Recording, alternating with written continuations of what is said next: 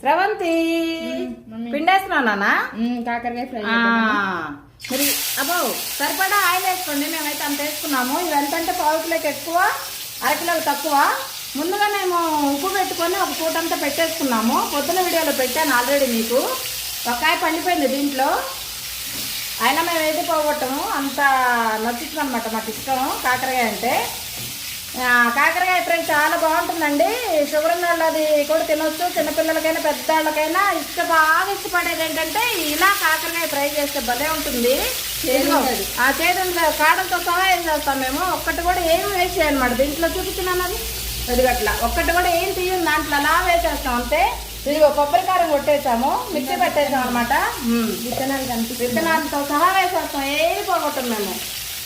అది కొంచెం వేగిన తర్వాత కొంచెం బాగా డీప్ ఫ్రై అయిపోయిన తర్వాత అప్పుడు ఈ కారం వేసుకుందాము. అది కూడా చూపిస్తాం మీకు. ఈ కారంలో ఏమేమి వేసామంటే కొబ్బరి, జీలకర్ర, పసుపు, ఉప్పు, కారం, వెల్లుల్లి కంపల్సరీ. అసలు ఇలా మొత్తం మీకు చూపిస్తున్నాను కానీ స్మెల్ మాత్రం అదిరిపోతుంది, గుమ్మగుమ్మలాడుతుంది. ఇది కూడా అన్నం వేసుకున్నాను వచ్చి కొబ్బరి కారం. వేడివేడి అన్నంలో భలే ఉంటుంది.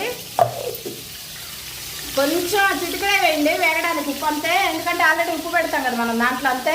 మళ్ళీ చూద్దామా? నేను పైకి వెళ్తున్నాను నీళ్ళు పెట్టడానికి. మా పాప చెప్పేస్తుంది కారం వేసేటప్పుడు. చూసేయండి. Bye friends.